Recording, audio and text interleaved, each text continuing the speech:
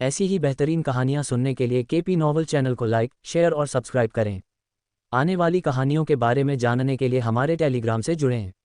Link description में है। नेक्रोमांसर of the shadows, अध्याय 191। इवान ने जब सी जोर रैंक वाले ऑक के हमले को रोका तो वह पीछे की ओर उड़ गया। उसने महसूस किया कि हमले को रोकने के बाद उसके हाथ सुन्न हो गए हैं। ये सौभाग्य की बात थी कि उसने आखिरी समय में मैना सुदृढ़ीकरण का उपयोग किया, अन्यथा उस हमले के कारण उसके हाथ की हड्डियां टूट सकती थीं। इवान 10 मीटर दूर जा गिरा और जमीन पर लुढ़क गया। इस प्रक्रिया में उसे धूल का कुछ हिस्सा भी चखना पड़ा। उसने जो कवच पहना हुआ था उसकी वजह से उसे जमीन पर गिरने पर ज्यादा असर महसूस नहीं हुआ, लेकिन जैसे ही उसने लुढ़कना बंद किया और खड़ा होने वाला था, उसने एक बार फिर से एक धमाकेदार आवाज़ सुनी। इवान ने जल्दी से आवाज़ की दिशा में देखा और एक ऑक को देखा जो 3 मीटर लंबा था और उसकी ओर आ रहा था। ये ऑक अब तक देखे गए ऑक से अलग था, क्योंकि इसकी त्वचा पर सामान्य हरे रंग के साथ साथ भूरे रंग का भी रंग था। ऑक ने अपने हाथ में एक लकड़ी का डंडा पकड़ा हुआ था जो हल्के भूरे रंग से चमक रहा था। ऑक तुरंत इवान के सामने आ गया और एक बार फिर अपने क्लब से उस पर टूट पड़ा। उसी समय जब ऑक ने अपने क्लब को कुचला, इवान ने महसूस किया कि उसके चारों ओर गुरुत्वाकर्षण बढ़ गया है। वह तुरंत समझ गया कि यह ऑक उन दुर्लभ लोगों में से एक है जो कौशल का उपयोग कर सकता है।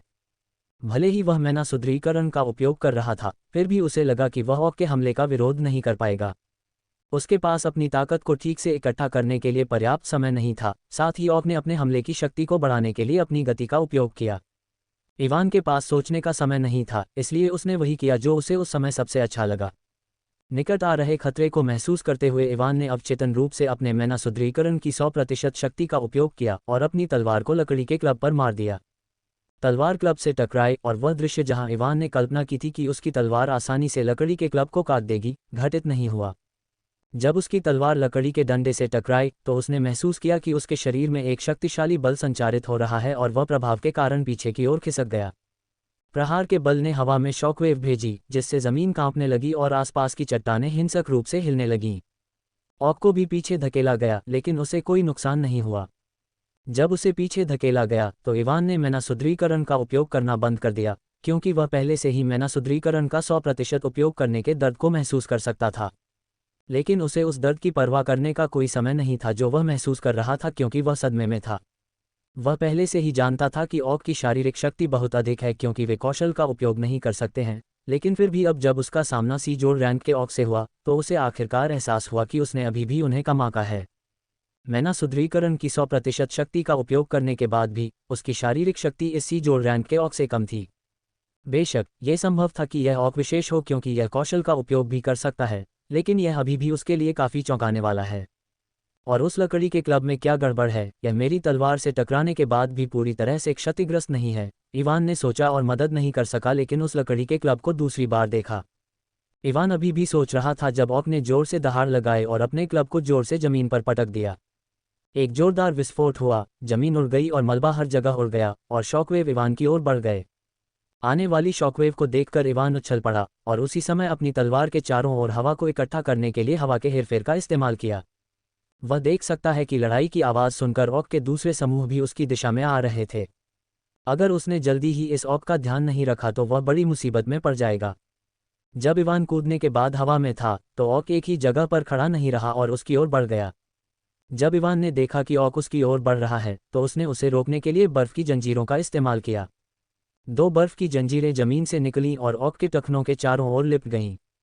लेकिन ऑक की ताकत बहुत ज़्यादा थी और बर्फ की जंजीरें उसे सिर्फ 1 सेकंड के लिए ही रोक पाईं, उसके बाद वे टूट गईं। लेकिन उस दौरान इवान पहले ही ज़मीन पर उतर चुका था, हवा उसके पैरों के चारों ओर घूम रही थी और उसने ऑक की ओर गोली चलाई। वह अभी भी हवा के हेरफेर का उपयोग कर रहा था और हवा अभी भी उसकी तलवार के चारों ओर इकट्ठा हो रही थी। वह जानता था कि उसके ऑक की रक्षा असामान्य रूप से उच्च है और एक सामान्य हमला उसे मार नहीं पाएगा। ऑक की ओर बढ़ते समय उसने अपनी चपलता बढ़ाने के लिए जल्दबाजी कौशल का भी उपयोग किया। इवान को अपनी ओर आते देख ऑक ने उसका इंतजार किया और जब वह उससे सिर्फ 3 मीटर दूर था तो ऑक ने बेसबॉल बैट की तरह अपनी लकड़ी की छड़ी उस पर घुमाई। जब ऑक ने अपनी छड़ी घुमाई तो उसके चारों ओर की हवा में क्लब के पीछे की विशुद्ध शक्ति के साथ विस्फोट हुआ और शॉकवेव्स ने पूरे क्षेत्र को झकझोर दिया। इवान ने अपनी ओर आती हुई अपार शक्ति को महसूस किया और अपनी आंखें सिकोड़ लीं। जैसे ही लकड़ी की छड़ी उस पर लगने वाली थी, उसने अपने शरीर को पीछे की ओर झुकाया और क्लब के नीचे से नीचे खिसक गया। छड़ी उससे चूक गई और इवान फिसलते हुए ऑक के पैरों के पास पहुंच गया। इससे पहले कि ऑक अपने क्लब को घुमाने के बाद संभल पाता, इवान ने ऑक के एक पैर पर वार कर दिया। पुची। इस ऑक की त्वचा पहले के अन्य ऑक की तुलना में बहुत कठोर थी। हालांकि तलवार हवा में थी, फिर भी यह ऑक के पैर को साफ साफ नहीं काट पाए। लेकिन फिर भी ऑक के पैर पर एक बड़ा घाव दिखाई दिया और वह दर्द से दहाड़ते हुए लड़खड़ा गया। इवान जल्दी से खड़ा हुआ और ऑक की गर्दन पर वार करने ही वाला था जब उसने महसूस किया कि उसके आसपास की जमीन थोड़ी हिल रही है। उसने अपना हमला बीच में ही रोक दिया और जल्दी से पीछे हट गया। जैसे ही वह पीछे हटा, वह जमीन जहां वह एक पल पहले खड़ा था फट गई और वहां से धरती के कांटे निकल आए। पीछे हटते समय इवान ने डायमेंशनल शैडो बुलेट का भी इस्तेमाल किया। ऑक को अचानक एक घातक खतरा महसूस हुआ और उसने पीछे हटने की कोशिश की, लेकिन उसके पैर पर लगी चोट की वजह से 1 सेकंड की देरी हो गई। ऑक अभी थोड़ा ही हिल पाया था कि एक काली गोली सीधे उसकी जांघ पर आकर लगी। गोली उसकी कठोर चमक में और अंदर तक नहीं घुस पाई, लेकिन ऑक फिर भी दर्द के कारण जोर से दहाड़ने लगा। दर्द महसूस करते हुए ऑक की आंखें लाल हो गईं और उसने गुस्से से भरी आंखों से इवान को देखा। लेकिन जब उसने इवान की ओर देखा तो उसने देखा कि वह उस पर ठंडी मुस्कान बिखेर रहा था, जबकि उसके हाथ में तलवार चमकीली हरी रोशनी से चमक रही थी। अलविदा मिस्टर ऑक, इवान ने कहा और अपनी तलवार उस पर फेंक दी। तलवार से एक चमकीली हरी हवा की धार निकली और ऑक की ओर चली गई। इवान ने इस हवा की धार को बनाने के लिए अपने बहुत सारे मैना का इस्तेमाल किया। हवा की धार एक पल में ऑक तक पहुंच गई और इससे पहले कि वह प्रतिक्रिया कर पाता, उसका शरीर 2 हिस्सों में बंट गया। ऑक को मारने के बाद इवान ने आराम नहीं किया और अपने चारों ओर देखा और देखा कि कई अन्य ऑक उसकी दिशा में आ रहे थे। सी जोर रैंक के ऑक को मारने के बाद जब इवान ने अपने आसपास देखा तो उसने देखा कि बहुत से ऑक उसकी ओर आ रहे हैं। ऑक को अपनी ओर आते देख उसने जल्दी से एक मैना पोशन निकाला और उसे पी लिया। उसने अपना लगभग आधा मैना उस सी जोर रैंक के ऑक को मारने में खर्च कर दिया। मैना पोशन की वजह से उसका मैना तेजी से ठीक होने लगा। उसी समय वह ऑक के मृत शरीर की ओर बढ़ा और शैडो स्टोरेज स्किल का इस्तेमाल किया। चूंकि यह ऑक दूसरे ऑक से अलग था, इसलिए इवान ने सोचा कि अगर वह इसे बेच दे तो शायद उसे कुछ अच्छा मिल जाए। ऑक के शरीर के साथ साथ इवान ने लकड़ी का डंडा भी रख दिया, जिसका इस्तेमाल वह कर रहा था। ऑक से लड़ने के बाद इवान को यकीन हो गया कि यह लकड़ी का डंडा सामान्य नहीं था। बी रैंक की तलवार की मदद से भी वह उसे काट नहीं पाया। वह इसके विवरण देखना चाहता था, लेकिन पहले उसे अपनी ओर आ रहे ऑक का ध्यान रखना था। लकड़ी का डंडा हटाने के बाद जब इवान ने ध्यान से चारों ओर देखा तो उसे उनमें कोई सी जोर रैंक का ऑक नहीं दिखा। 4 टीमें थीं और कुल 15 ऑक थे जो उसकी ओर आ रहे थे। कुछ सी रैंक के थे जबकि कुछ डी जोर रैंक के थे। 2 टीमों में 3 ऑक थे, एक में 4 ऑक थे जबकि आखिरी में 5 ऑक थे। उसने उस दिशा में देखा जहां उसने पहले शिकारी टीम को देखा था और देखा कि उस क्षेत्र के अधिकांश ऑक पहले ही मर चुके थे। उसे नहीं पता था कि वहां कितने शिकारी थे, लेकिन उसे यकीन था कि उन्होंने पहले ही यहां लड़ाई को देख लिया था, क्योंकि यहां हंगामा काफी बड़ा था। मुझे इन ऑक को यहां आने से पहले ही संभाल लेना चाहिए, इवान ने सोचा और शैडो वॉक स्किल का इस्तेमाल किया। वह अपनी जगह से गायब हो गया और सबसे पहले 5 ऑक से बनी टीम की ओर बढ़ा। इस टीम में 2 सी रैंक के थे जबकि बाकी 3 डी जोर रैंक के थे। इवान को अचानक गायब होते देखकर उसकी ओर आ रहे सभी ऑक रुक गए। कंसीलमेंट रिंग की वजह से शैडो वॉक स्किल का असर वीआर में इस्तेमाल किए गए स्किल से भी बेहतर था। शैडो वॉक का इस्तेमाल करते हुए वह 5 ऑक की टीम के पीछे चला गया। जब वह उनसे सिर्फ 2 मीटर की दूरी पर था तब भी ऑक उसे भांप नहीं पाए। उनके पीछे पहुंचने के बाद इवान ने शैडो वॉक का इस्तेमाल करना बंद कर दिया, क्योंकि इस स्किल में बहुत ज़्यादा मैना की खपत होती है, और उसने मैना रीइंफोर्समेंट का इस्तेमाल किया। जब इवान ने शैडो वॉक का इस्तेमाल करना बंद किया और मैना रीइंफोर्समेंट का इस्तेमाल किया तभी ऑक उसे भांप पाए। लेकिन तब तक बहुत देर हो चुकी थी, क्योंकि इवान ने पहले ही अपनी तलवार से उन पर हमला कर दिया था। सी रैंक के ऑक में से एक का सिर मुड़ने से पहले ही उड़ गया। ऑक को मारने के बाद इवान रुका नहीं और अपनी बेहतरीन चपलता का इस्तेमाल करते हुए उसने डी जोर रैंक के ऑक में से एक को भी मार डाला। जब इवान ने उन 2 ऑक को मार डाला तभी बाकी 3 ऑक मुड़े। जब इवान 5 ऑर्क्स के समूह के पीछे दिखाई दिया और उन पर हमला किया तो ऑर्क्स के अन्य समूहों ने भी उसे देखा और उसकी ओर दौड़ पड़े। मुझे ऐसा लग रहा है कि मैं एक ज़ॉम्बी गेम खेल रहा हूं जहां सभी ज़ॉम्बी पहली नज़र में ही आप पर झपट पड़ेंगे और आपको अपनी बंदूक से उन्हें मारना होगा, इवान ने सोचा और सी रैंक के ऑर्क के हमले को चकमा दिया। सिर्फ इतना फ़र्क है कि मेरी बंदूक अलग है, इवान ने बड़बड़ाया और एक छाया गोली सीधे डी जोर रैंक के ऑर्क्स में से एक की आंख पर मारी, जो दर्द से तड़पता हुआ ज़मीन पर गिर पड़ा। अपनी सीमा तक खुद को मजबूर करते हुए इवान 3 मिनट के समय में सभी ऑर्क्स को मारने में सक्षम था। सभी ऑर्क्स को मारने के बाद वह भारी सांस ले रहा था और लगभग मैना से बाहर था। लेकिन उसके पास आराम करने का समय नहीं था क्योंकि उसे अभी भी कोर की तलाश करनी थी, इससे पहले कि वे शिकारी यहाँ आए। इवान तेजी से आगे बढ़ा और कोर की तलाश शुरू कर दी। 5 मिनट बाद 5 शिकारियों की एक टीम उस जगह पहुंची जहां इवान लड़ रहा था। जब वे वहां पहुंचे तो उन्होंने केवल ओर्क्स की लाशें देखीं और कुछ नहीं। ऐसा लगता है कि यहाँ शिकार करने वाली टीम पहले ही जा चुकी है, एक मध्यम आयु वर्ग के बी रैंक के शिकारी ने, जो समूह का नेता था, क्रोधी आवाज में कहा। आसपास बहुत सारी ओर्क लाशों के कारण उसने मान लिया कि शिकारियों की एक टीम ने इन ओर्क्स को मार डाला। अगर हम इधर उधर देखें तो उन्होंने इन ऑर्क से काफी कोर इकट्ठा किए होंगे, एक सी रैंक शिकारी ने इधर उधर देखते हुए कहा। उसकी बात सुनकर बी रैंक शिकारी ने भी इधर उधर देखा। जब उसने वह जगह देखी जहां इवान ने सी जो रैंक ऑर्क के खिलाफ लड़ाई लड़ी थी, तो उसने भौहें उठाईं और फिर अपना सिर हिलाया। इसे भूल जाओ, उनकी टीम में भी बी रैंक शिकारी हो सकता है, अनावश्यक जोखिम लेने की कोई ज़रूरत नहीं है। उस क्षेत्र में ज़मीन पूरी तरह से नष्ट हो जाने के बाद उसने सोचा कि दूसरी टीम में भी कोई बी रैंक शिकारी हो सकता है और वहां से दूर जाने का फैसला किया। उसे पता नहीं था कि यह सारा विनाश सी जोर रैंक ऑक के कारण हुआ था, जिससे इवान ने पहले लड़ाई की थी। शिकारियों से कुछ दूरी पर चट्टान के शीर्ष पर इवान भारी सांस लेते हुए लेटा हुआ था। वह पूरी तरह से मैना से बाहर था और उसे थोड़ा चक्कर आ रहा था। वह चुपचाप लेटा रहा और शिकारी की टीम को वहां से दूर जाते हुए देखता रहा। सौभाग्य से मैं समय पर निकल गया, इवान ने वहां देखा तो सोचा उस टीम में बी रैंक का शिकारी था। इवान को पहले मारे गए ऑक से 2 सी रैंक और 4 डी जोर रैंक कोर मिले। कुछ देर वहां आराम करने के बाद जब उसने अपना कुछ मैना वापस पा लिया तो इवान ने सबसे पहले उन कोर को अवशोषित किया।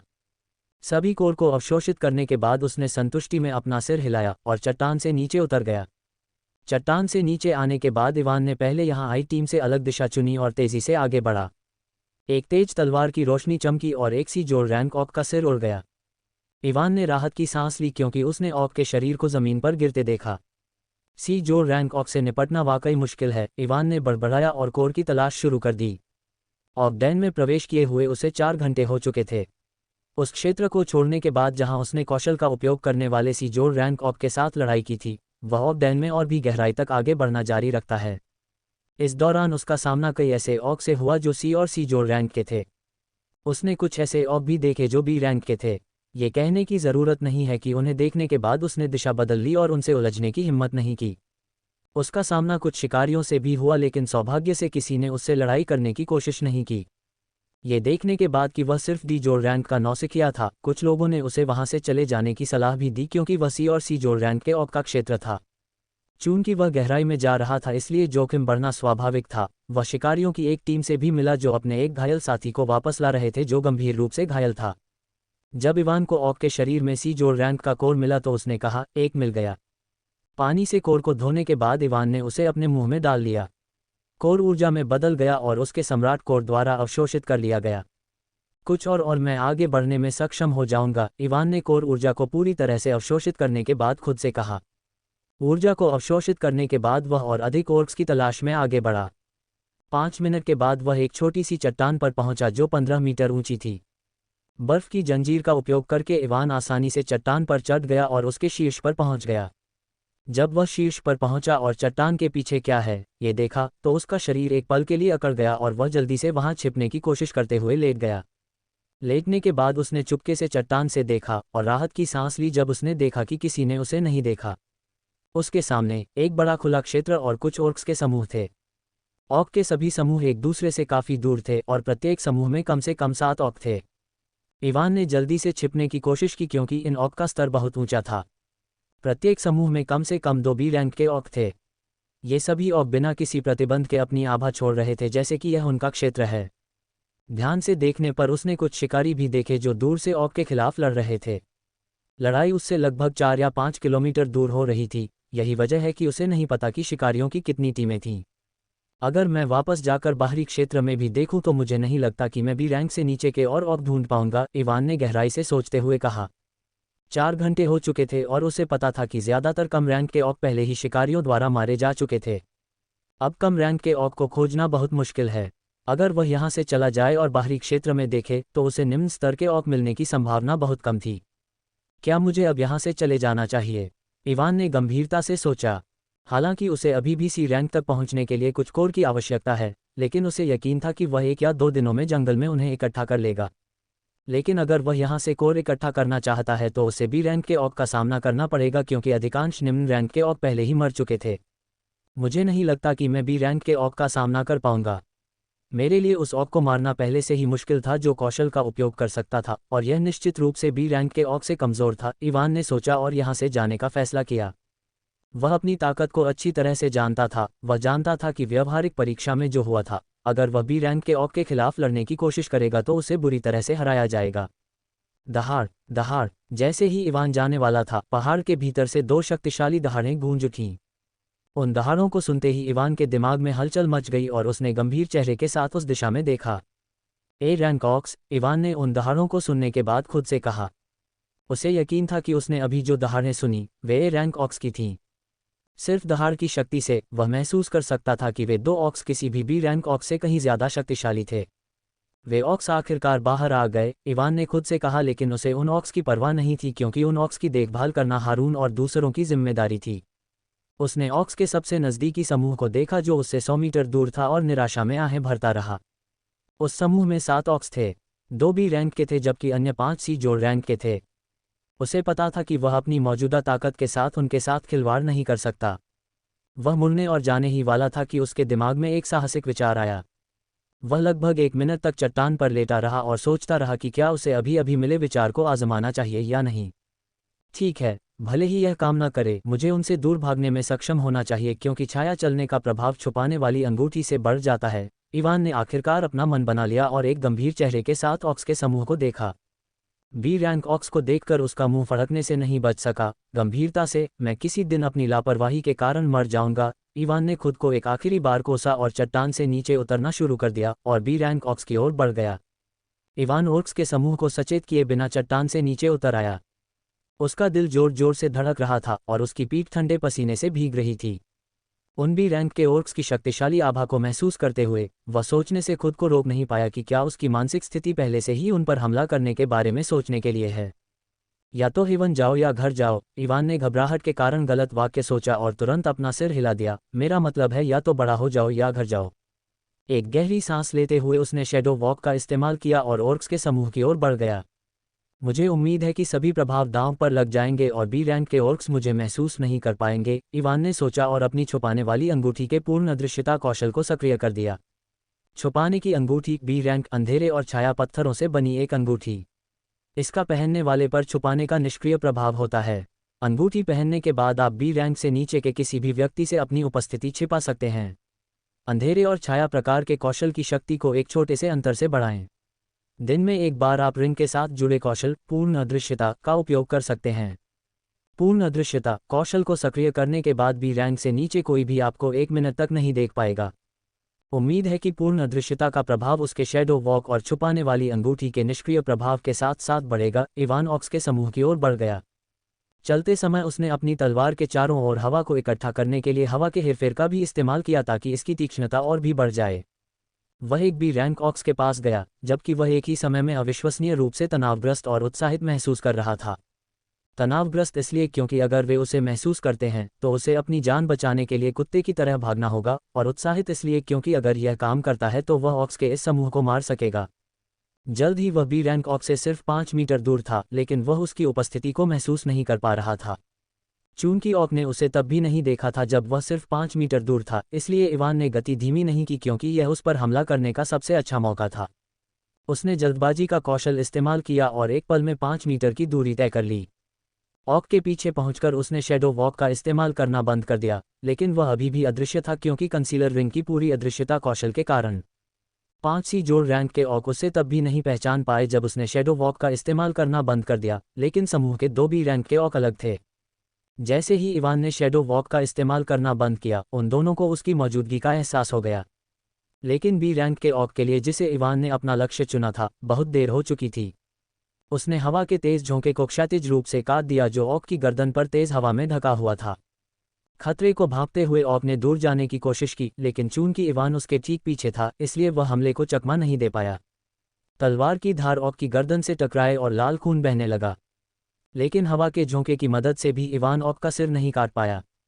बी रैंक ऑक की सुरक्षा बहुत मजबूत थी और वह उसकी गर्दन का आधा हिस्सा ही काट पाया। क्योंकि वह उसका सिर पूरी तरह से नहीं काट पाया था, इसलिए ऑक का सिर उसके शरीर के किनारे लटक गया और एक भयानक दृश्य प्रस्तुत कर रहा था। हालांकि वह उसे मार नहीं पाया, लेकिन इवान यहीं नहीं रुका और तुरंत एक बार फिर शैडो वॉक का इस्तेमाल किया। ये देखकर कि ऑक की आधी कटी गर्दन से खून कैसे निकल रहा था, उसे यकीन था कि यह ऑक अब कम से कम कुछ समय के लिए तो लड़ नहीं पाएगा। शैडो वॉक का इस्तेमाल करने के बाद ऑक की ओर बढ़ने के बजाय उसने उनसे कुछ दूरी बना ली और उनसे लगभग 20 मीटर दूर चला गया। ये सारी चीजें इतनी तेजी से हुई कि दूसरा बी रैंक ऑक भी कुछ नहीं कर पाया। दहाड़, जब इवान 20 मीटर दूर चला गया तभी बी रैंक ऑक ने प्रतिक्रिया की और दहाड़ते हुए उस स्थान पर भागा जहां इवान कुछ क्षण पहले था। इवान ने बी रैंक ऑक को ध्यान से देखा कि क्या वह अब उसे देख सकता है, क्योंकि उसे उसकी उपस्थिति का पता चल गया था। अगर उसे थोड़ी सी भी ऐसी चीज दिख जाए जिसे ऑक महसूस कर सकता है, तो वह तुरंत यहां से भाग जाएगा। इवान को उस क्षण से 10 सेकंड लगे जब उसने पूर्ण अदृश्यता को सक्रिय किया और पहले बी रैंक ऑक को स्थिर करके 20 मीटर दूर चला गया। फिर उसने दूसरे बी रैंक ऑक पर 10 सेकंड तक नजर रखी। 10 सेकंड तक ऑक के हाव भाव देखने के बाद इवान के होंठ ऊपर की ओर मुड़ गए, क्योंकि ऑक उसे ढूंढने की कोशिश में सावधानी से इधर उधर देख रहा था, लेकिन वह उसे ढूंढ नहीं पा रहा था। ये देखकर कि ऑक उसे महसूस नहीं कर पा रहा था, वह एक बार फिर उसकी ओर बढ़ा। लेकिन वह जानता था कि इस बार ऑक को उसकी जानकारी है और वह उसे आश्चर्यचकित नहीं कर पाएगा, जैसा कि उसने पिछले बी रैंक ऑक के साथ किया था। ऑक की ओर बढ़ते समय इवान ने एक अलग तरीके से आयामी छाया बुलेट कौशल का उपयोग किया। एक गोली सामने से, एक गोली दाईं ओर से और एक गोली बाईं ओर से, 3 गोलियां ऑक की 3 दिशाओं से निकलीं। जब ऑक को तीनों तरफ से खतरा महसूस हुआ तो वह तुरंत पीछे चला गया और 3 दिशाओं की निगरानी करते हुए जहां से उसे खतरा महसूस हुआ था। उसे लगा कि इवान उन 3 दिशाओं से उस पर हमला कर रहा है। स्विश स्विश स्विश, जैसे ही ऑक पीछे की ओर बढ़ा, उसने देखा कि जिस जगह पर वह कुछ पल पहले खड़ा था, वहां से 3 गोलियां निकल रही थीं। ये देखकर कि यह इवान नहीं बल्कि कुछ और था, ऑक को लगा कि कुछ गड़बड़ है। लेकिन इससे पहले कि वह कुछ समझ पाता, उसके पीछे मौजूद इवान ने अपनी तलवार घुमाई। स्पट, पिछली बार की तरह ही खून की धार फूट पड़ी और ऑक दर्द से कराहते हुए जमीन पर गिर पड़ा। दूसरे बी रैंक ऑक को भी तस्वीर से बाहर देखकर इवान का दिल जोर से धड़क रहा था। उसने शैडो वॉक का इस्तेमाल किया और एक बार फिर अपनी जगह से गायब हो गया और सी जोर रैंक ऑक की ओर बढ़ गया, जिनके चेहरे पर डर भरा भाव था। बी रैंक ऑक के विपरीत, ये सी जोर रैंक ऑक उसे महसूस नहीं कर सकते, भले ही वह शैडो वॉक कौशल का इस्तेमाल न करे, और बी रैंक ऑक की तुलना में उनका बचाव भी काफी कमजोर था। सिर्फ 10 सेकंड में इवान ने उन 5 सी जोर रैंक ऑक को मार गिराया जो उसे देख नहीं सकते थे। सी जोर रैंक के ऑक्स को मारने के बाद इवान ने आराम नहीं किया और सबसे पहले बी रैंक के ऑक्स को मार डाला जो दर्द से कराह रहे थे। ऑक्स को मारने के बाद वह कुछ देर वहीं खड़ा रहा, सोचता रहा कि अभी क्या हुआ। उसे अभी भी यकीन नहीं हो रहा है कि उसने अभी अभी 2 बी रैंक के ऑक्स को मार दिया है। लेकिन उसके पास ज़्यादा समय नहीं है, क्योंकि उसे यहाँ से चले जाना है इससे पहले कि इलाके के दूसरे ऑक्स उसे नोटिस करें। इवान ने जल्दी से कोर की तलाश शुरू कर दी, लेकिन ईमानदारी से कहूँ तो उसे अभी इसकी ज़्यादा परवाह नहीं थी। भले ही उसे कोई कोर न मिले, लेकिन वह परिणाम से काफ़ी संतुष्ट था। उसके दिमाग में वह सिर्फ इस बात के बारे में सोच रहा था कि अब उसके पास अपनी छाया ऊर्जा के अलावा एक और तुरुप का पत्ता है। पर्वत श्रृंखला में 2 शक्तिशाली दहाड़ें गूंजी, जिससे हर शिकारी का चेहरा तनावग्रस्त हो गया। लेकिन वे जल्द ही निश्चिंत हो गए, क्योंकि उन्हें पता था कि 3 रैंक के शिकारी हैं जो उनका ख्याल रखेंगे। तो वे कमीने आखिरकार आ ही गए, ऑस्टिन ने कहा, और उसका मुंह एक क्रूर मुस्कान में बदल गया।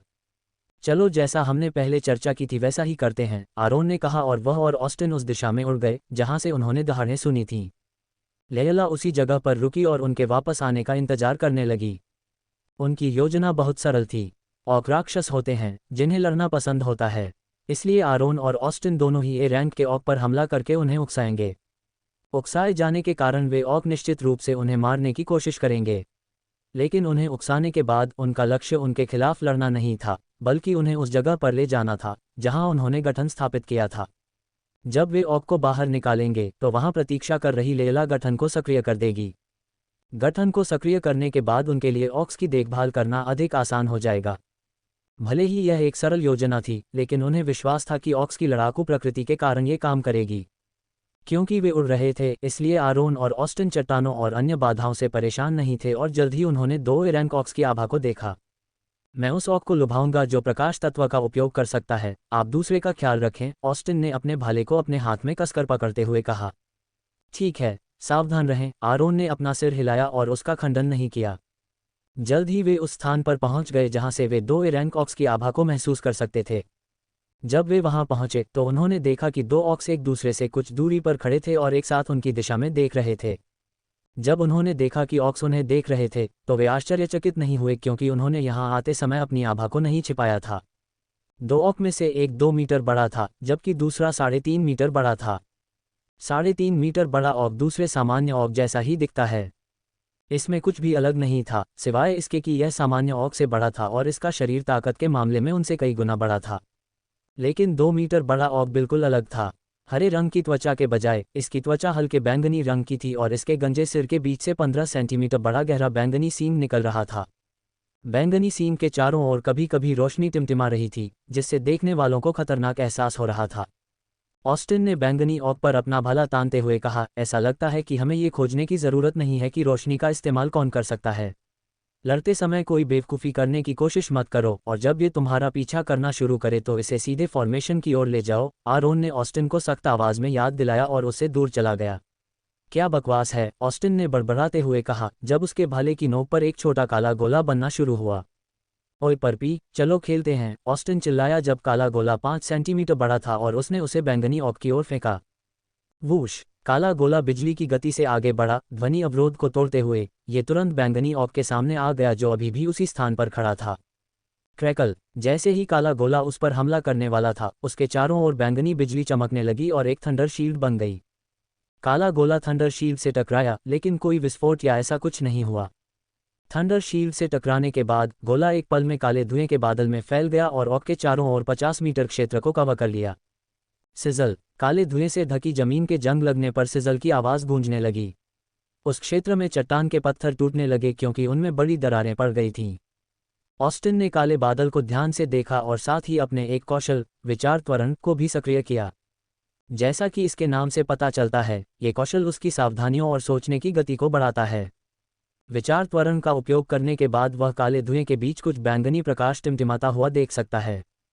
अचानक एक गड़गड़ाहट की आवाज़ गूंजी, बिजली के ज़मीन पर गिरने से काला धुआं उड़ गया और ऑस्टिन ने देखा कि बैंगनी रंग की गड़गड़ाहट की एक लकीर सुपरसोनिक गति से उसकी ओर आ रही है।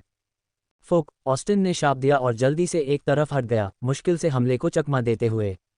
अगर उसके विचार त्वरण कौशल के कारण नहीं तो ऑस्टिन को यकीन था कि वह उस हमले को चकमा नहीं दे पाता।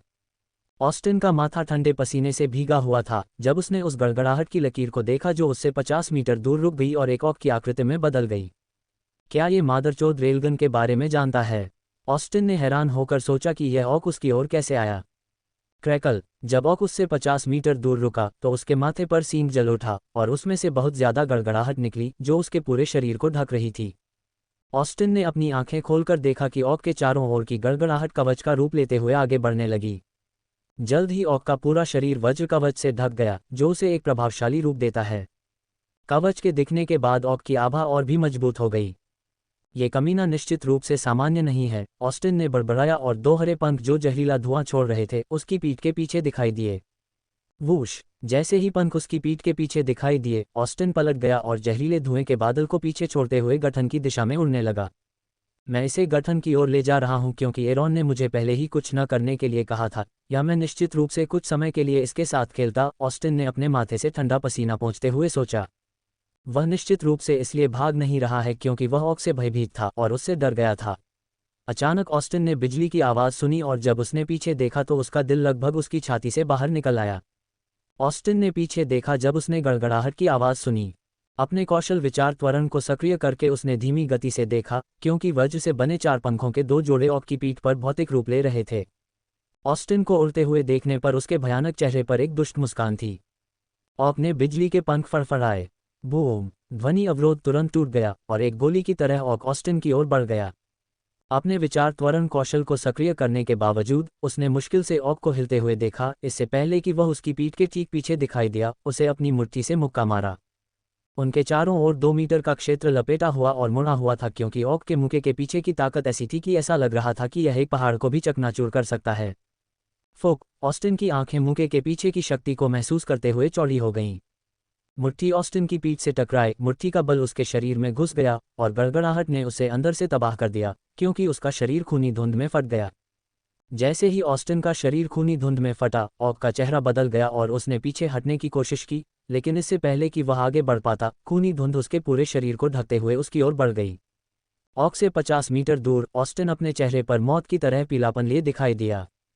सौभाग्य से मैं समय पर जहर क्लोन का उपयोग करने में सक्षम था, या ऑस्टिन का शरीर यह सोचकर कांप उठा कि अगर उस पर मुट्ठी से वार किया जाता तो क्या होता। दहाड़, खूनी जहर धुंध में ढका ऑक जोर से दहाड़ने लगा और उसका शरीर सुन्न हो गया। ऑस्टिन ने क्लोन बनाते समय उसमें लकवा मारने वाला जहर इस्तेमाल किया था। अगर वह कोई सामान्य रैंक का शिकारी होता तो उसे यकीन था कि यह जहर उसे कुछ समय के लिए लकवा मार सकता था, लेकिन इस ऑक के खिलाफ जिसका शरीर अस्वाभाविक रूप से शक्तिशाली है, ऑस्टिन जानता था कि यह जहर उसे धीमा कर देगा। और जैसा कि उसने उम्मीद की थी, अचानक ऑक शक्ति से फट गया और सारा जहर धुंध उड़ गया। लेकिन ऑस्टिन देख सकता है, लकवाग्रस्त जहर के कारण ऑक का शरीर कठोर हो गया था। कई जहर क्लोन। ऑस्टिन ने एक बार फिर अपने कौशल का इस्तेमाल किया और 4 और क्लोन बनाए। क्लोन बनाने के बाद उसने उन्हें अलग अलग दिशाओं में उड़ने का आदेश दिया। दहाड़, ऑक ने कई ऑस्टिन को देखकर गुस्से में दहाड़ लगाए। उसके माथे पर सींग चमक उठा। ऑस्टिन जो गठन की ओर आगे उड़ रहा था, उसके शरीर के सभी बाल खड़े हो गए। और अगले सेकंड, क्रैकल, ऑक उसी स्थान पर खड़ा था, लेकिन उसके सींग से सैकड़ों थंडर आर्क्स सभी दिशाओं में भागते हुए निकले। लाइटिंग आर्क्स की गति इतनी तेज थी कि अपने विचार त्वरण कौशल को सक्रिय करने के बावजूद ऑस्टिन मुश्किल से खुद को जहर की गेंद में ढक पाया, इससे पहले कि थंडर आर्क्स उस पर हमला कर सके। उसने पहले जो 4 क्लोन बनाए थे, वे सभी थंडर आर्क्स द्वारा नष्ट कर दिए गए। ऑस्टिन ने खुद को बचाने के लिए जो जहर की गेंद बनाई थी, वह भी नष्ट हो गई, लेकिन जहर की गेंद को नष्ट करने के बाद थंडर आर्क्स की शक्ति आधे से भी कम हो गई। बूम, धमाकों की आवाज़ गूंजी, क्योंकि कई थंडर आर्क्स उनके नीचे की चट्टानों पर गिरे और पर्वत श्रृंखला में तबाही मचाए। कई चट्टानें नष्ट हो गईं, बिजली गिरने से पत्थर धूल में बदल गए और उनके नीचे 300 मीटर का क्षेत्र प्रकाश क्षेत्र में बदल गया। बीजोर रैंक सहित अधिकांश शिकारी पीले चेहरे के साथ आकाश की ओर देख रहे थे। उन सभी को यकीन था कि अगर वे उस हमले में फंस गए तो उनके बचने की कोई संभावना नहीं है। ऑस्टिन का भला लाल रंग की रोशनी से चमक रहा था, क्योंकि उसने जहर की गेंद को नष्ट करने के बाद कमज़ोर थंडर आर्क्स को इससे बचाने की कोशिश की। लेकिन चूंकि वहां कई थंडर आर्क्स थे, इसलिए कुछ अभी भी उस पर हमला करने में सक्षम थे। उसके कवच ने अधिकांश प्रभाव को रोक दिया, लेकिन फिर भी उसे लगा कि उसका शरीर थंडर के कारण सुन्न हो रहा है। सभी क्लोनों को नष्ट करने और असली ऑस्टिन को खोजने के बाद ऑक उसकी ओर उड़ चला। लेकिन लकवाग्रस्त जहर की वजह से इसकी गति पहले से कहीं ज्यादा धीमी थी। लकवाग्रस्त जहर न सिर्फ लक्ष्य के शरीर को प्रभावित करता है, बल्कि यह लक्ष्य के शरीर में मैना के प्रवाह को भी धीमा कर देता है। इस वजह से जब लकवाग्रस्त जहर से प्रभावित व्यक्ति कौशल का उपयोग करता है तो वह ज्यादा मैना का उपभोग करेगा और कौशल सक्रिय होने में कुछ समय लगेगा। यही कारण है कि भले ही ऑक चलने के लिए थंडर के पंखों का उपयोग कर रहा था, जो कि मैना से ही बनाए गए थे और उसके शरीर का हिस्सा नहीं थे, फिर भी ये पहले से कहीं ज्यादा धीमा था। थंडर आग को रोकते हुए भी ऑस्टिन ने गठन की दिशा में आगे बढ़ना कभी नहीं रोका। यही कारण है कि जब ऑक उसकी ओर बढ़ा तो वह पहले से ही उससे 200 मीटर दूर था। पहले उस पर लगे थंडर आग की वजह से ऑस्टिन की उड़ान की गति भी पहले से धीमी थी, लेकिन चूंकि ज्यादातर प्रभाव उसके जहर की गेंद और कवच द्वारा अवरुद्ध था, इसलिए उसकी गति लकवाग्रस्त जहर से पीड़ित ऑक से थोड़ी तेज थी। जैसे जैसे ऑक ऑस्टिन का पीछा करता गया, वे फॉर्मेशन की दिशा में आगे बढ़ते रहे। अपने मजबूत शरीर के कारण समय बीतने के साथ लकवाग्रस्त जहर का असर भी कम होता जा रहा था। ऑस्टिन को भी पता था कि लकवाग्रस्त जहर का असर ज़्यादा देर तक नहीं रहेगा और वह उससे पहले फॉर्मेशन के स्थान पर पहुंचना चाहता था। जब वह फॉर्मेशन से लगभग 300 मीटर दूर था तो उसके लकवाग्रस्त जहर का असर आखिरकार खत्म हो गया। दहाड़, ऑक ने अपनी शक्ति वापस आते हुए महसूस किया और जोर से दहाड़ लगाई, जिससे ऑस्टिन डर गया। सौभाग्य से मैं अब फॉर्मेशन के बहुत करीब हूं, ऑस्टिन ने सोचा और राहत की सांस ली। ए रैंक के शिकारियों के लिए 300 मीटर बहुत कम दूरी है जिसे वे आसानी से कवर कर सकते हैं। ऑस्टिन की पीठ के पीछे हरे पंख अचानक चमक उठे और बहुत सारा धुआं निकलने लगा।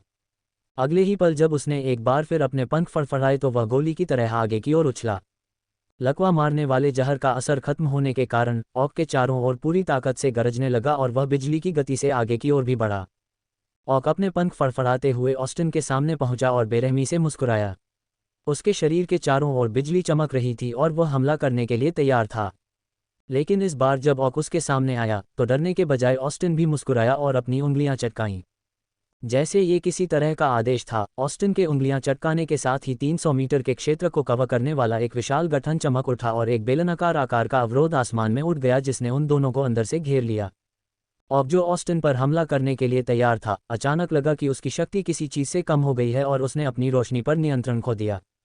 उसकी पीठ के पीछे के गरजने वाले पंख मंद पड़ गए और उसके शरीर के चारों ओर चमकने वाली बिजली गायब हो गई। अचानक रोशनी पर नियंत्रण खोने के कारण ऑक आसमान में खुद को संतुलित नहीं कर पाया और जमीन की ओर गिरने लगा। लेकिन चून की गठन ने प्रकाश की शक्ति को केवल 50% के आसपास पार किया और इसे पूरी तरह से सील नहीं किया, इसलिए ऑक जमीन पर गिरने से पहले अपना संतुलन हासिल करने में सक्षम था। बेशक ऑस्टिन जो इस पल का इंतजार कर रहा था, उसने अवसर नहीं गंवाया और जब ऑक गिर रहा था तो उसने अपना एक कौशल तैयार किया जो इस स्थिति के लिए एकदम सही था। उसने अपने भाले को बंदूक की तरह पकड़ लिया और गिरते हुए ऑक की दिशा में निशाना साधा। जैसे ही उसने भाले को निशाना बनाया, उसके निचले सिरे पर एक ट्रिगर दिखाई दिया। भाला पकड़े हुए उसने अपने जहर निर्माण कौशल का इस्तेमाल किया और हेमोटॉक्सिक जहर बनाया जिसे उसके भाले ने अवशोषित कर लिया। हेमोटॉक्सिक जहर एक ऐसा विष है जो पीड़ित के रक्त और संचार प्रणाली पर हमला करता है। बेशक यह जहर सामान्य हेमोटॉक्सिक जहर से 10 गुना ज्यादा शक्तिशाली था। ऑस्टिन ने इस जहर का इस्तेमाल करना इसलिए चुना क्योंकि भले ही उन्होंने गठन की मदद से प्रकाश की शक्ति को 50% तक कम कर दिया हो, लेकिन ऑक अभी भी अपने मूल कौशल की 50% शक्ति का उपयोग कर सकता है। आमतौर पर ऑक कौशल का उपयोग नहीं कर सकते हैं और केवल अपनी शारीरिक शक्ति का उपयोग करके लड़ते हैं, इसलिए यह ऑक अभी भी एक सामान्य रैंक ऑक की तुलना में कहीं अधिक मजबूत था क्योंकि यह अभी भी प्रकाश का उपयोग कर सकता है। लेकिन हेमोटॉक्सिक जहर की मदद से वह ऑक के शरीर को कमजोर कर सकता है। इसके कमजोर शरीर और कमजोर रोशनी के कारण उसके और लेला के लिए इसका ख्याल रखना बहुत आसान हो जाएगा। ऑस्टिन ने एक शक्तिशाली हेमोटॉक्सिक जहर बनाने के लिए बहुत ज्यादा मैना का इस्तेमाल किया। उसके भाले ने उसके द्वारा बनाए गए सारे जहर को सोख लिया और उसका असली सफ़ेद रंग पीला हो गया। जैसे ही ऑस्टिन ने देखा कि ऑक स्थिर हो गया है और गिरना बंद हो गया है, उसने जहर बनाना बंद कर दिया और भाले के सिरे पर ट्रिगर दबा दिया। बूम! एक छोटी सी गोली जो गहरे पीले रंग की थी, हवा को चीरती हुई बिजली की गति से ऑक की ओर बढ़ी। ऑक को यह भी समझ में नहीं आया कि उसने अपनी रोशनी पर नियंत्रण क्यों खो दिया, इससे पहले कि उसने देखा कि एक पीली रोशनी की लकीर उसकी ओर आ रही है और सीधे उसके पेट पर लगी। स्प्रट! दहाड़! ऑक दर्द से दहाड़ उठा क्योंकि गोली उसके मजबूत बचाव को भेदती हुई उसके फ्लैश में और भी गहराई तक धंस गई। उसके शरीर में गहराई तक जाने के बाद लोहे से भी कठोर गोली पिघलने लगी और ऑक के खून में मिल गई। ऑक ने गुस्से से भरी आंखों से ऑस्टिन की ओर देखा। हालांकि अभी उसे कुछ भी महसूस नहीं हो रहा था, लेकिन ऑक की सहज प्रवृत्ति चिल्ला रही थी कि जो चीज़ अभी उसके शरीर में घुसी है वह उसके लिए बुरी खबर है। ऑक ने अपने पंख फड़फड़ाए और ऑस्टिन की ओर बढ़ा, लेकिन पहले के विपरीत गठन के कारण उसकी उड़ान की गति बहुत कम हो गई थी। उड़ते समय अचानक ऑक ने कुछ देखा और अपनी सही दिशा में देखा। जब उसने अपनी सही दिशा में देखा तो ऑक ने लैला को देखा जो वहां मंडरा रही थी। उसकी आंखें उसकी हरी आंखों से मिली और किसी कारण से उसे वे असामान्य रूप से आकर्षक लगीं। धीरे धीरे वह मानव महिला जो उसकी नज़र में सिर्फ एक 2 पैरों वाला जानवर थी, गायब होने लगी और वहां स्वर्गीय सुंदरता वाली एक महिला और प्रकट हुई। मादा ऑक के मोटे हरे होंठ थे जिन्हें वह अपनी काली जीभ से चाट रही थी, भिक्षु का सिर, गंजा सिर जो सूरज की वजह से चमक रहा था, और बड़ी आंखें बिना भौहों के। उसकी छाती पर 2 बड़े मांस के टीले लटक रहे थे और उसने कुछ भी नहीं पहना था। मादा ऑक की नज़र में स्वर्गीय सौंदर्य थी। मुझे नहीं लगता कि इस ऑक को स्वर्गीय सौंदर्य कहना मेरे लिए बुरा है। मादा ऑक को देखकर थंडर ऑक का चेहरा लाल होने लगा, उसकी सांसें भारी हो गईं और ऑस्टिन की ओर उड़ने के बजाय उसने अपनी दिशा बदल दी और मादा ऑक की ओर उड़ गया।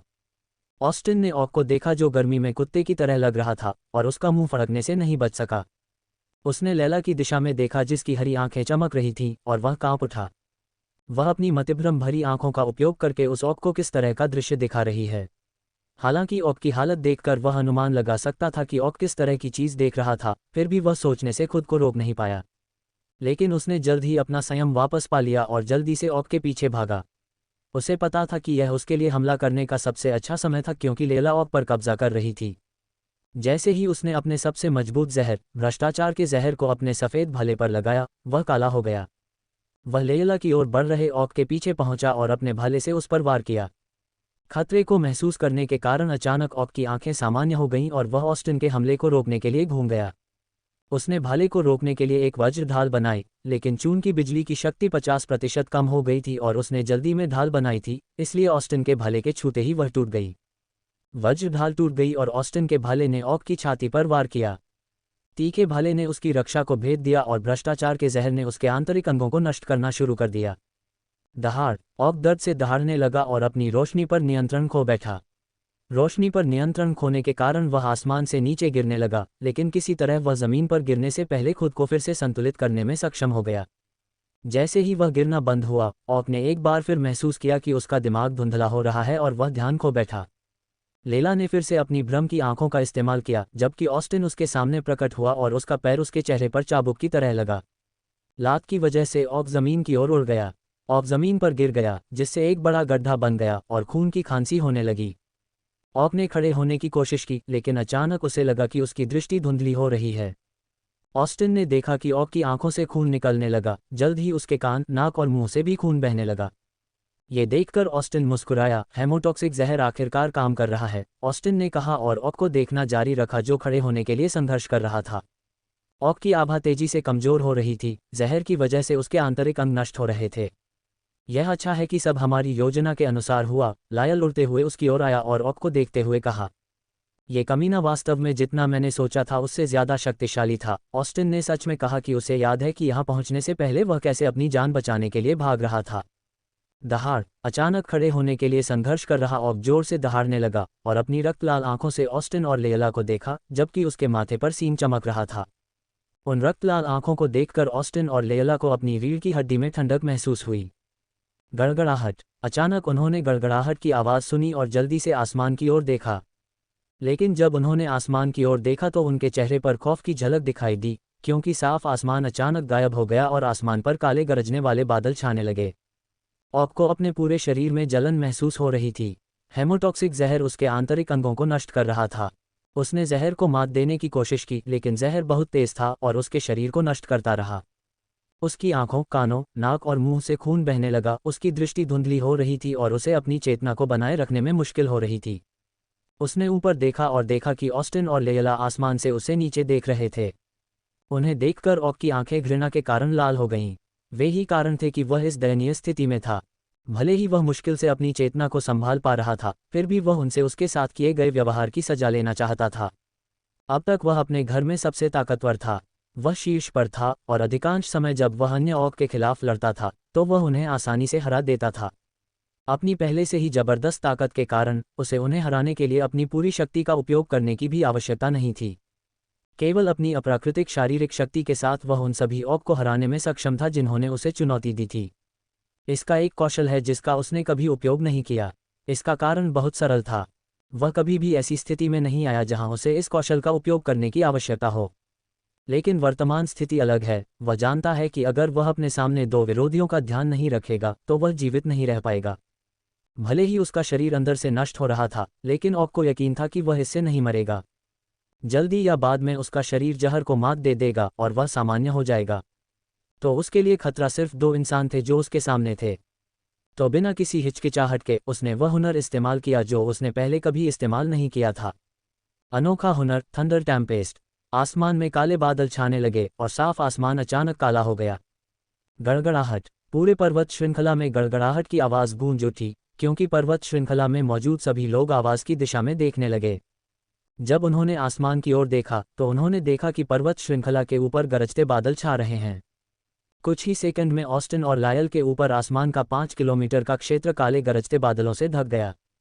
दोनों ने देखा कि बैंगनी गरजते बादल सांपों की तरह काले बादलों में बदल गए। उनके शरीर के सारे बाल खड़े हो गए और उन्हें पहले कभी नहीं हुआ ऐसा खतरा महसूस हुआ। सिर्फ ऑस्टिन और लायल ही नहीं थे जो खतरे को महसूस कर रहे थे। गरजते बादल 5 किलोमीटर के क्षेत्र को कवर कर रहे थे और उस क्षेत्र में मौजूद कुछ शिकारी भी डर के मारे कांप रहे थे। उस क्षेत्र में मौजूद शिकारियों के पैर कांप रहे थे और वे वहां से भागने की बेताबी से कोशिश कर रहे थे। गड़गड़ाहट! गड़गड़ाहट! जैसे जैसे बैंगनी गरजते बादल काले बादलों में बदल रहे थे, गड़गड़ाहट की आवाज़ तेज होती जा रही थी। दहाड़! ऑक ने एक बार फिर जोर से दहाड़ लगाई और बेहोश हो गया क्योंकि उसने अपना सारा मैना इस्तेमाल कर लिया था। जब ऑक जोर से दहाड़ता है तो गड़गड़ाहट की आवाज़ अचानक बंद हो जाती है। लायल और ऑस्टिन आसमान की ओर देखते रहते हैं। ऑक के जोर से दहाड़ने के बाद आसपास का माहौल मौत जैसा शांत हो जाता है। लेकिन ये शांति ज़्यादा देर तक नहीं टिकती क्योंकि अगले ही पल नरक खुल जाता है। Crackle, crackle, crackle! बादलों से गरजने की आवाज़ आने लगती है और 5 किलोमीटर की सीमा के भीतर बेलनाकार आकार की बाधा और पहाड़ की चट्टानों पर गिरती है। ये बेलनाकार आकार की बाधा संरचना का हिस्सा नहीं थी। ऑस्टिन और अन्य लोगों ने इसे बनाने के लिए एक कलाकृति का उपयोग किया ताकि ऑक संरचना के क्षेत्र को छोड़ न सके। Crack, crack, crack! बिजली की आवाज़ बाधा पर गिरती है और जल्द ही उस पर दरारें दिखाई देने लगती हैं। लायल और ऑस्टिन के चेहरे पर घबराहट का भाव दिखाई देता है। बादल से नीचे आने वाली प्रत्येक गड़गड़ाहट में ए रैंक की आक्रमण शक्ति होती है। कौशल के प्रभाव को देखकर ही उन्हें पता चल गया कि यह एक अद्वितीय कौशल है। अगर यह एक सामान्य कौशल होता तो वे बस ऑक को मार सकते थे और कौशल रुक जाता। लेकिन अद्वितीय कौशल अलग हैं। जब तक आप उन्हें सक्रिय करते हैं और उन्हें पर्याप्त मैना प्रदान करते हैं, तब तक नहीं रुकेंगे जब तक कि कौशल का समय समाप्त न हो जाए या आप इसे रोकने के लिए अधिक शक्तिशाली कौशल का उपयोग न करें। लायल और ऑस्टिन दोनों के पास थंडर टेम्पेस्ट से अधिक शक्तिशाली कोई कौशल नहीं है, इसलिए उनके पास इसे रोकने का कोई तरीका नहीं था। जल्दी करो, मेरे पीछे आओ, लायल ने ऑस्टिन से एक आग्रहपूर्ण स्वर में कहा और उस संरचना के केंद्र की ओर उड़ गया जहां संरचना का मूल स्थित है। ये देखकर कि लायल कहाँ जा रही थी, ऑस्टिन तुरंत समझ गया कि वह क्या सोच रही थी और उसके पीछे चला गया। संरचना का मूल एक अवरोध द्वारा सुरक्षित था जो बेलनाकार आकार के अवरोध से भी अधिक शक्तिशाली था। वर्तमान में, यदि वे जीवित रहना चाहते हैं तो ये छिपने के लिए सबसे अच्छी जगह थी। Crack crack crack. इससे पहले कि वे संरचना के केंद्र तक पहुंच पाते, बेलनाकार आकार का अवरोध टूट गया और अवरोध के अंदर थंडर स्ट्राइक की बारिश होने लगी। शट अप, लायल और ऑस्टिन ने गाली दी और अपने स्टोरेज रिंग से कुछ निकाला। अचानक लायल एक सुनहरे अवरोध से घिर गई और ऑस्टिन एक चमकीले बैंगनी अवरोध से ढका हुआ था। Boom boom. आपातकालीन सुरक्षा कलाकृतियों का उपयोग करके उन्होंने जो अवरोध बनाए थे उन पर वज्रपात की बारिश हुई। चूंकि वे ए रैंक के शिकारी थे, इसलिए उनके पास एक या दो सुरक्षा कलाकृतियां होना सामान्य बात थी। जल्द ही वे संरचना के केंद्र में पहुंच गए और लायल ने संरचना को नियंत्रित किया। अचानक एक अवरोध जो एक सेकंड पहले अदृश्य था उनके सामने आ गया और लायल ने उसे खोलना शुरू कर दिया। ऑस्टिन उसके पीछे खड़ा था और बिजली के हमलों को रोकने की कोशिश कर रहा था ताकि लायल उनके लिए अवरोध खोल सके। लेकिन अचानक ऑस्टिन से क्रोधित होकर 10 से अधिक बिजली के हमले उसकी ओर बरस पड़े। हक, ऑस्टिन की आंखें चौड़ी हो गईं और वह वहां से भागना चाहता था, लेकिन बिजली की गति बहुत तेज थी। एक के बाद एक बिजली के हमले उसके बैंगनी अवरोध पर टूट पड़े। अवरोध इतने सारे बिजली के हमलों को झेल नहीं पाया और कांच की तरह टूट गया।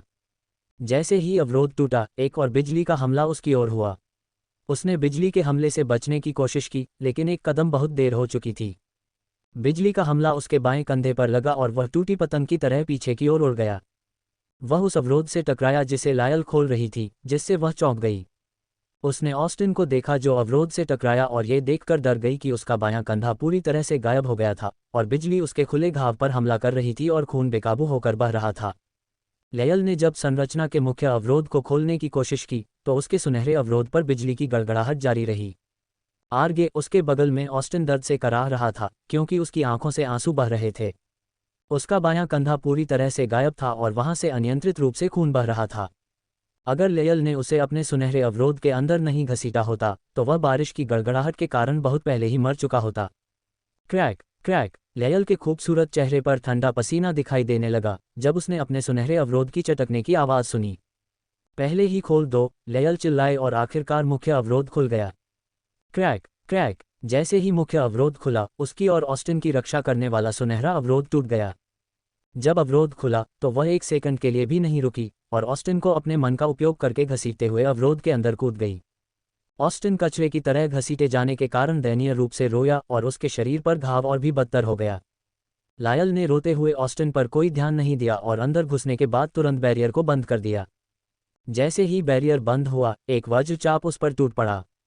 बैरियर में घुसने के बाद लायल ने राहत की सांस ली। ये बैरियर अन्य बैरियर से ज्यादा शक्तिशाली था और जब तक संरचना की ऊर्जा समाप्त नहीं हो जाती तब तक इसे नष्ट नहीं किया जाएगा। जब उन्होंने संरचना बनाई तो उन्होंने कई कोर का इस्तेमाल किया ताकि लड़ाई के दौरान इसकी ऊर्जा समाप्त न हो जाए। हालांकि हर बार जब यह वज्र प्रहार को रोकता था तो बैरियर बहुत ज्यादा ऊर्जा खर्च कर रहा था, लेकिन उसे यकीन था कि वे इसके अंदर सुरक्षित रहेंगे क्योंकि इस तरह के कौशल की अवधि बहुत लंबी नहीं हो सकती। उसने ऑस्टिन की ओर देखा जो दर्द से कराह रहा था और उसने एक उच्च श्रेणी की उपचार औषधि निकाली। तुम बेहतर तरीके से मेरे द्वारा यहाँ किए गए सभी कामों की रिपोर्ट शिकारी संघ को दो ताकि मेरे गिल्ड को स्वर्ण रैंक में पदोन्नत किया जा सके। क्या तुम समझे? उसने औषधि की बोतल उसके मुंह में डालते हुए कहा। भले ही लायल और ऑस्टिन कोर बैरियर का उपयोग करके मौत से बच गए, लेकिन उस क्षेत्र में मौजूद अन्य शिकारी उनकी तरह भाग्यशाली नहीं थे। उस क्षेत्र में शिकारियों की 2 टीमें थीं, कुल 9 शिकारी। जिस क्षण अपने थंडर टेम्पेस्ट कौशल का उपयोग किया, उनकी किस्मत तय हो गई।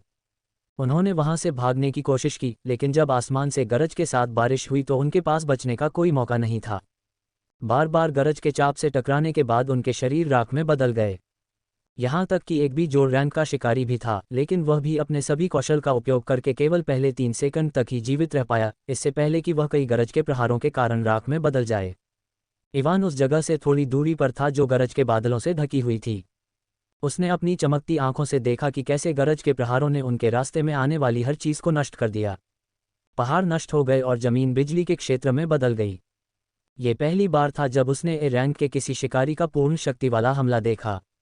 ये देखकर कि कैसे पहाड़ गरज के साथ नष्ट हो गए, उसने कल्पना की कि अगर वह उन गरजते बादलों के हमले की सीमा में होता तो क्या होता। वास्तव में उसे सोचने की भी जरूरत नहीं है, क्योंकि वह पहले से ही जवाब जानता था। मैं कुछ भी करने में सक्षम हुए बिना मर जाऊंगा, इवान ने सोचा और याद किया कि कैसे उसने ओलिवा से कहा था कि वह उसे 6 महीने में नष्ट कर देगा।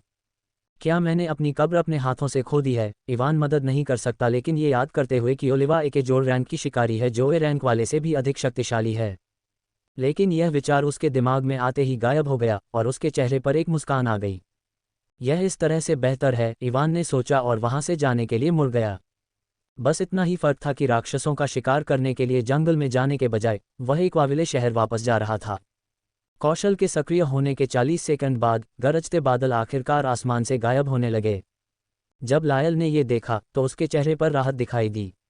गठन में केवल 10% ऊर्जा बची थी।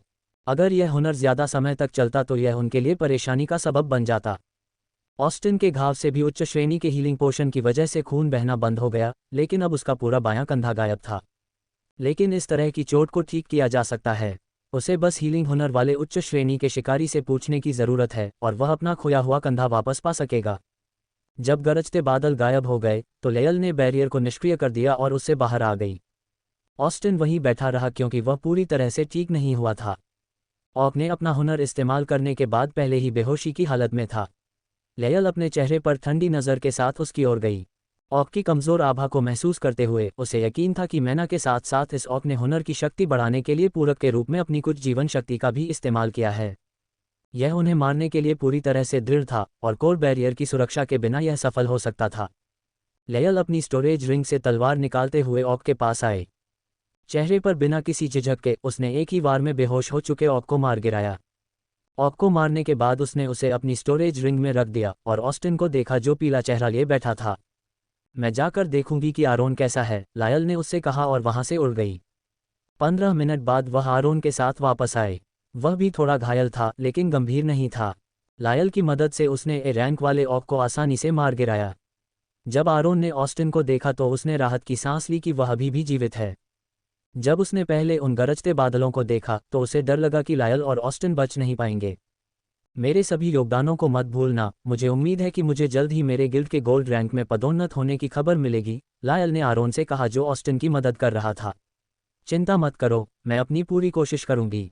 तुमने इस मिशन में सबसे ज्यादा योगदान दिया है। फॉर्मेशन बनाने से लेकर ऑस्टिन को बचाने तक मैं वह सब कुछ करूंगा जो मेरी शक्ति में है, हारून ने लायल की बात सुनकर गंभीरता से कहा। लायल ने अपना सिर हिलाया और वहां से उड़ गई। उड़ते समय उसने अपनी आंखें बंद कर लीं और एक निशान को महसूस करने की कोशिश की जो उसने आज सुबह एक विशेष शिकारी को देखकर छोड़ा था। वह बहुत दूर नहीं है, लायल ने सोचा और उस दिशा में उड़ गई जहां उसे अपना निशान महसूस हो सकता था। इवान अपने होवरबोर्ड का उपयोग करके ऑक डैन के क्षेत्र से बाहर निकल गया। उस क्षेत्र को छोड़ने के बाद उसने ए रैंक ऑक और शिकारियों के बीच चल रही लड़ाई के बारे में सोचना बंद कर दिया। हालांकि अब उसे पता था कि ए रैंकर जितना उसने सोचा था उससे कहीं ज्यादा शक्तिशाली हैं, लेकिन वह ये भी समझता है कि अपनी मौजूदा शक्ति के साथ ए रैंकर के बारे में सोचने का कोई मतलब नहीं है। उसका पहला लक्ष्य अपने मोनाक कोर को सी रैंक तक आगे बढ़ाना होना चाहिए, और ऑक के आखिरी समूह को मारने के बाद उसके पास ऐसा करने के लिए पर्याप्त कोर हैं। आश्चर्यजनक रूप से उसने पहले मारे गए दोनों बी रैंक ऑक के पास कोर थे। जब उसने कोर की खोज की तो उसे 2 बी रैंक और एक सी जोड़ रैंक कोर मिला। वह ये देखकर पहले से ही संतुष्ट था कि अब वह अपनी शैडो वॉक और कंसीलमेंट रिंग से बी रैंकर को भी मार सकता है, और उस समय उसने कोर के बारे में ज्यादा नहीं सोचा। लेकिन सौभाग्य से उसे वे कोर भी मिल गए। वह अपने मोनाक कोर को सी रैंक तक आगे बढ़ाने के लिए तुरंत उनका उपयोग करना चाहता था, लेकिन जब उसे याद आया कि वह अभी जंगल में है तो उसने आगे बढ़ने से पहले शहर वापस जाने का फैसला किया। उसे नहीं पता कि जब उसका मोनाक कोर सी रैंक पर पहुंचेगा तो क्या होगा। वह आगे बढ़ने के दौरान किसी भी तरह की परेशानी नहीं चाहता है, इसलिए उसने पहले शहर वापस जाने का फैसला किया। आमतौर पर जब कोई सी रैंक पर पहुंचता है तो वह हमेशा की तरह आगे बढ़ता है और अपनी जॉब क्लास को जगाता है। लेकिन प्राइम कोर के साथ यही बात है। उसे नहीं पता कि जब उसका मोनाक कोर सी रैंक पर पहुंचेगा तो क्या होगा। उसे वह विशाल मैना भंवर भी याद आया जो उसके मोनाक कोर ने डी रैंक पर पहुंचने पर बनाया था। क्या होगा अगर पिछली बार से बड़ा भंवर यहाँ बने और उस समय कोई उसे देख ले। फिलहाल उस इलाके में कई बी और बी जोड़ रैंक के शिकारी मौजूद थे, यहाँ तक कि ए रैंक के शिकारी भी हैं। अगर आगे बढ़ने के दौरान कुछ अप्रत्याशित हुआ तो ये काफ़ी परेशानी भरा होगा, इसलिए उसने शहर वापस जाने के बाद आगे बढ़ने का फैसला किया। वापस जाते समय वह कल्पना करने से खुद को नहीं रोक पाता, अगर उसे अपने मोनाक कोर के सी रैंक पर पहुंचने के बाद वाकई कोई क्लास मिल जाए तो वह क्या होगी। मेरे पास मोनाक कोर है क्योंकि मेरी काया है और यह काया छाया से संबंधित है, इसलिए अगर मुझे कोई क्लास मिलती है तो वह छाया से संबंधित होनी चाहिए, इवान ने अपनी ठुड्डी को रगड़ते हुए खुद से कहा। मेरे मौजूदा कौशल के कारण हत्यारे जैसा कुछ मेरे लिए उपयुक्त हो सकता है। शैडो वॉक और डायमेंशनल शैडो बुलेट दोनों ही ऐसे कौशल हैं जिनका इस्तेमाल हत्या के लिए किया जा सकता है। अगर मुझे हत्यारे जैसा वर्ग मिलता है तो इन दोनों कौशलों का प्रभाव भी बढ़ जाएगा, इवान ने कहा, लेकिन वह ये भी जानता था कि ऐसा कुछ होने की संभावना काफ़ी कम है। वह खुद को ये सोचने के लिए नहीं ला सकता कि मोनाक कोर जैसा कुछ हत्यारे जैसा सामान्य वर्ग देगा। तो फिर मुझे हत्या से संबंधित कुछ कौशल के साथ छाया हत्यारे जैसा कुछ मिल सकता है, जैसे मैं किसी व्यक्ति को उसकी छाया से ही प्रभावित कर सकता हूँ। अगर मैं उसकी छाया पर हमला करता हूं तो उसे भी नुकसान होगा, या अगर मैं उसकी छाया पर कुछ जहर डालता हूं तो वह इसके कारण जहर हो जाएगा। अगर मुझे ऐसा कुछ मिल जाए तो किसी को मारना काफ़ी आसान हो जाएगा, क्योंकि कोई भी यह नहीं सोचेगा कि उसे सिर्फ इसलिए नुकसान होगा क्योंकि कोई उसकी छाया पर हमला कर रहा है। इवान ने ये सोचते हुए कहा कि अगर उसे ऐसा कुछ मिल जाए तो वह ओलिविया की छाया पर कुत्ते का पेशाब कैसे फेंकेगा। या ये भी अच्छा होगा अगर मुझे छाया चोर जैसा कुछ मिल जाए। अगर मुझे ऐसा कुछ मिल जाए तो मैं लोगों की छाया को नियंत्रित करके उन्हें लूटने में सक्षम हो सकता हूं। मैं निश्चित रूप से ओलिविया की छाया को नियंत्रित करूंगा और उसके पूरे गिल्ड के खजाने को साफ कर दूंगा। इवान ने उस समृद्ध जीवन के बारे में सपने देखते हुए कहा जो उसका इंतजार कर रहा है। समृद्ध जीवन की बात करें तो मुझे इसके साथ क्या करना चाहिए, इवान ने कहा, और उसकी छाया भंडारण से एक लकड़ी का क्लब निकला। ये लकड़ी का क्लब था जो उसे पहले मारे गए सीजोर रैंक के ऑक से मिला था। उस क्षेत्र से निकलने के बाद उसने इसके विवरण को देखा और जैसा कि उसने उम्मीद की थी, यह कोई सामान्य लकड़ी का क्लब नहीं था। Eldritch tree club B rank eldritch की लकड़ी से बना एक क्लब। क्लब के इस्तेमाल के दौरान टूटने का प्रभाव होने की 5% संभावना होती है। यदि टूटने का प्रभाव सक्रिय होता है तो बी रैंक से नीचे का कोई भी कवच या हथियार एक ही हिट में नष्ट हो जाएगा और बी रैंक के कवच और हथियारों को बहुत नुकसान होगा। क्लब का उपयोग करते समय आप अपनी इच्छा के अनुसार इसका वजन 500 पाउंड तक बढ़ा सकते हैं। जब इवान ने पहली बार क्लब के बारे में विस्तार से देखा तो वह स्तब्ध रह गया। ये क्लब वास्तव में उसकी विंड फ्यूरी तलवार से भी अधिक भयानक था। बस ये तथ्य कि यह एक ही बार में बी रैंक से नीचे के किसी भी कवच या हथियार को नष्ट कर सकता है, अगर शैटर प्रभाव सक्रिय हो तो ये कुछ भयानक है। इतना ही नहीं, अगर शैटर प्रभाव सक्रिय हो तो ये बी रैंक की कलाकृतियों को भी बहुत नुकसान पहुंचा सकता है। उसे अभी भी याद है कि कैसे उसने इस क्लब से भिड़ने के लिए अपनी विंड फ्यूरी तलवार का इस्तेमाल किया था। अगर उस समय शैटर प्रभाव सक्रिय हो जाता तो मेरी तलवार को बहुत नुकसान होता। बस इस तथ्य के बारे में सोचते हुए कि उसकी तलवार को बहुत नुकसान होता, उसका शरीर कांप उठता। वर्तमान में वह बहुत गरीब है और किसी अच्छे लोहार को भी नहीं जानता। अगर पहले कुछ हुआ होता तो वह अपनी तलवार की मरम्मत भी नहीं कर पाता। इच्छानुसार क्लब का वजन बढ़ाने का प्रभाव भी कुछ ऐसा है जो आपके दुश्मन को एक बुरा आश्चर्य दे सकता है, इवान ने खुद से कहा और क्लब को दूर रख दिया। पहले वह इसे बेचने के बारे में सोच रहा था क्योंकि वर्तमान में वह बहुत गरीब है और उसके पास पैसे नहीं हैं। कवच खरीदने के बाद उसके पास पैसे लगभग खत्म हो गए हैं। लेकिन सभी चीज़ों के बारे में सोचने के बाद उसने अभी के लिए क्लब रखने का फैसला किया। ये क्लब कुछ क्रेडिट के लिए बेचने के लिए बहुत अच्छा है और मुझे लगता है कि इस क्लब जैसे क्रूर हथियार मुझे तलवार से ज़्यादा सूट करते हैं, इवान ने अपना सिर हिलाते हुए कहा। भले ही वह इसे स्वीकार नहीं करना चाहता, लेकिन इवान जानता था कि उसकी उच्च शारीरिक शक्ति के कारण क्लब जैसा हथियार तलवार की तुलना में उसके लिए अधिक उपयुक्त है। जब इवान अपने विचारों में खोया हुआ था तो अचानक उसे लगा कि कोई उसके कंधों पर थपथपा रहा है।